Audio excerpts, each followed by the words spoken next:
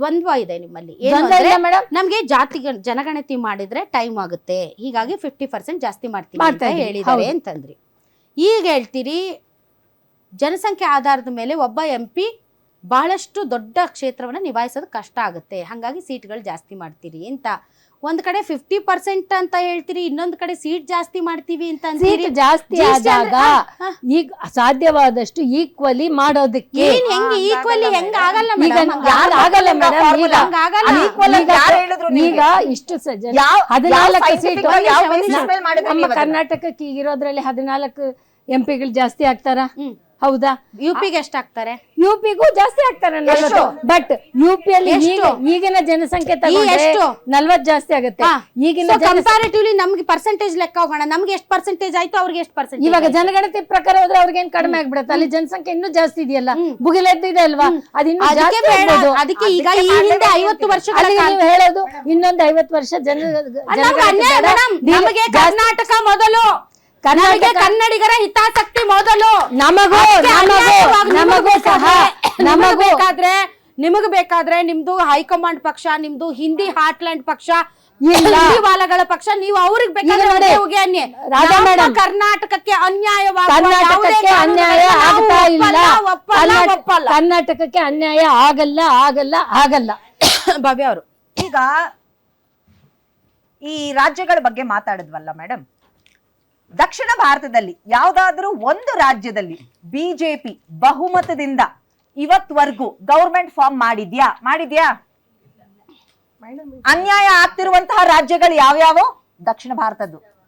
Uttar Pradesh Hindi belt ಇದೆಯಲ್ಲ, ಪ್ರತಿ ಒಂದಕ್ಕೂ extra ಸೀಟ್ಗಳು ಸಿಗುತ್ತೆ. 2029 ಎಲೆಕ್ಷನ್ ಆಗತ್ತಲ್ಲ, ನೀವು ಗೆಲ್ಬೇಕಾದ್ರೆ ಅಲ್ಲಿಂದಾನೇ ನೀವು ಜಾಸ್ತಿ ಗೆಲ್ಬೇಕು, ನಿಮ್ಗೂ ಗೊತ್ತಿದೆ ಅದು. ಅದಕ್ಕೋಸ್ಕರ ಮಹಿಳೆಯರನ್ನ ಮುಂದೆ ಇಟ್ಕೊಂಡು ಈ ಕ್ಷೇತ್ರ ವಿಂಗಡಣೆ ತರ್ತೀರಾ ಅಂದ್ರೆ ಅದು ಹೇಡಿಗಳು ಮಾಡುವಂತ ಕೆಲಸ. ಮಹಿಳೆಯರ ಮೀಸಲಾತಿ ಮಾಡಿ ಮುಗಿಸಿ. ನೀವ್ ಹೇಳಿದ್ರಿ ಅಮಿತ್ ಶಾ ಅವ್ರು ಹೇಳಿದ್ರು ಪಾರ್ಲಿಮೆಂಟ್ ಅಲ್ಲಿ ಅಂತ, ನೀವ್ ಹೆಂಗೆ ನಾವು ಅಮಿತ್ ಶಾ ಅವ್ರನ್ನ ನಂಬಕ್ ಸಾಧ್ಯ? ನಂಬಿಕೆಗೆ ನಾನ್ ಮುಗಿಸ್ತೀನಿ ರೀ. ಅಮಿತ್ ಶಾ ಅವ್ರನ್ನ ಆಗ್ಲಿ ನರೇಂದ್ರ ಮೋದಿ ಅವ್ರನ್ನ ಆಗ್ಲಿ ಹೇಗೆ ನಂಬೋದಕ್ಕೆ ಸಾಧ್ಯ? ಡಿಮಾನಿಟೈಸೇಷನ್ ಮಾಡಿದಾಗ 50 ದಿನ ಕೊಡಿ ಬ್ಲಾಕ್ ಮನಿ ತರ್ತೀವಿ ಅಂದ್ರು, ಎಷ್ಟ್ ಲಕ್ಷ ತಂದ್ರು, ಎಷ್ಟು ಕೋಟಿ ತಂದ್ರು? ಮೀಸಲಾತಿ ಮಾತಾಡ್ರಿ ನೀವು.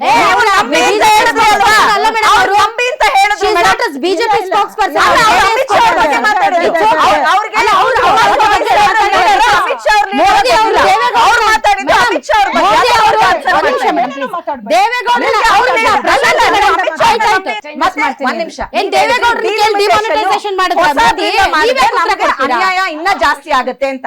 ಹಾಗಾದ್ರೆ ದೇಹದಲ್ಲಿ ಬ್ಯಾಡ್ ಕೊಲೆಸ್ಟ್ರಾಲ್ ಜಾಸ್ತಿ ಆದಾಗ ಹಾರ್ಟ್ ಅಟ್ಯಾಕ್ ಆಗೋ ಚಾನ್ಸಸ್ ಜಾಸ್ತಿ. ಇತ್ತೀಚೆಗಂತೂ ಸಿಕ್ಕಾಪಟ್ಟೆ ನ್ಯೂಸ್ನ ಕೇಳ್ತಾನೆ ಇದ್ದೀವಿ. ಸೊ ಬ್ಯಾಡ್ ಕೊಲೆಸ್ಟ್ರಾಲ್ನ ಕಮ್ಮಿ ಮಾಡೋದಕ್ಕೆ ಉತ್ತಮವಾದ ಆಹಾರ ತುಂಬಾ ಇಂಪಾರ್ಟೆಂಟು. ಜೀನಿ ಸ್ಲಿಮ್ ಯೂಸ್ ಮಾಡಿ. ಕರೆಕ್ಟ್, ಜೀನಿ ಸ್ಲಿಮ್ನಲ್ಲಿರುವಂತಹ ಎಷ್ಟೋ ಆಹಾರ ಧಾನ್ಯಗಳು ಕೊಲೆಸ್ಟ್ರಾಲ್ ಲೆವೆಲ್ನ ಕಮ್ಮಿ ಮಾಡೋದಕ್ಕೆ ಹೆಲ್ಪ್ಫುಲ್ ಆಗುತ್ತೆ. ಸೊ ಹೆಲ್ದಿ ಆಗಿರಿ, ಜೀನಿ ಸ್ಲಿಮ್ನ ಯೂಸ್ ಮಾಡಿ. ಪ್ರತಿ ಒಂದು ಚೀಫ್ ಮಿನಿಸ್ಟರ್ಗಳನ್ನ ಕರೆದು ಪ್ರತಿ ಒಂದು ಅಪೋಸಿಷನ್ ಅವ್ರನ್ನ ಕೂಡಿಸಿ ಡಿಸ್ಕಸ್ ಮಾಡಿದ್ರ ಈ ಫಾರ್ಮುಲಾ ತರಕ್ ಮುಂಚೆ? ಅಥವಾ ನಾಗ್ಪುರ ಹೆಡ್ ಕ್ವಾರ್ಟರ್ಸ್ ಇಂದ ಬಂತ ನಿಮ್ಗೆ ಈ ಫಾರ್ಮುಲಾ 50%? ಯಾವ ನಾಗ್ಪುರ ಹೆಡ್ ಕ್ವಾರ್ಟರ್ಸ್ ಇಂದ ಮತ್ತೆ 50% ಅಂತ ಹೋಗ್ಲಿ, ಅದೇ 50% ಬಿಲ್ ಒಳಗೆ ಹಾಕಿದಾರ? ಇಲ್ಲ, ಇವ್ರು ಬಾಯಲ್ಲಿ ಹೇಳ್ತಾರಂತೆ, ನಂಬಿಡ್ಬೇಕಂತೆ, ನಾವು ಸೈನ್ ಮಾಡ್ಬಿಡ್ಬೇಕಂತೆ.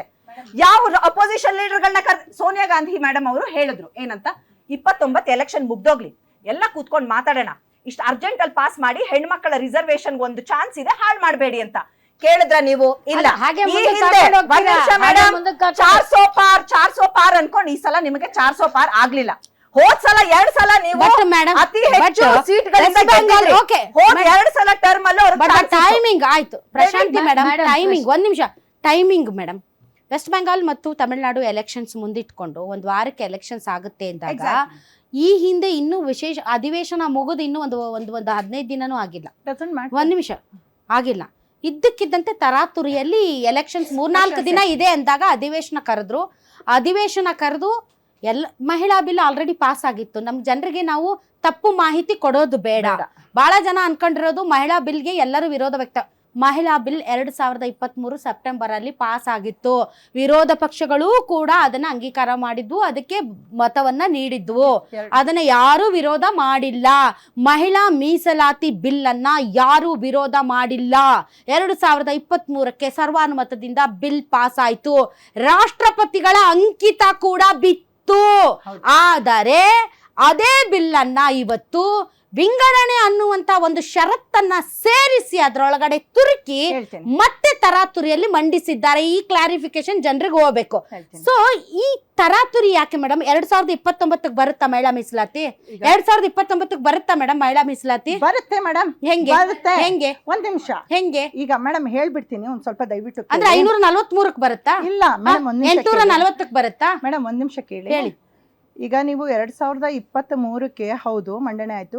ದೇವೇಗೌಡರು ಮೋದಿ ಅವರಿಗೆ ಪತ್ರ ಬರೀತಾರೆ, ಇದನ್ನ ಮಾಡಲೇಬೇಕು ನೆಕ್ಸ್ಟ್ ಎಲೆಕ್ಷನ್ ಒಳಗಡೆ ದಯವಿಟ್ಟು ಅಂತ ಹೇಳಿ. 23 ಏನು ಎಲೆಕ್ಷನ್ ನಡೀತಲ್ಲ 23, ಅದ್ರ ಮುಂಚಿತವಾಗಿ ಅವರು ಬರೀತಾರೆ.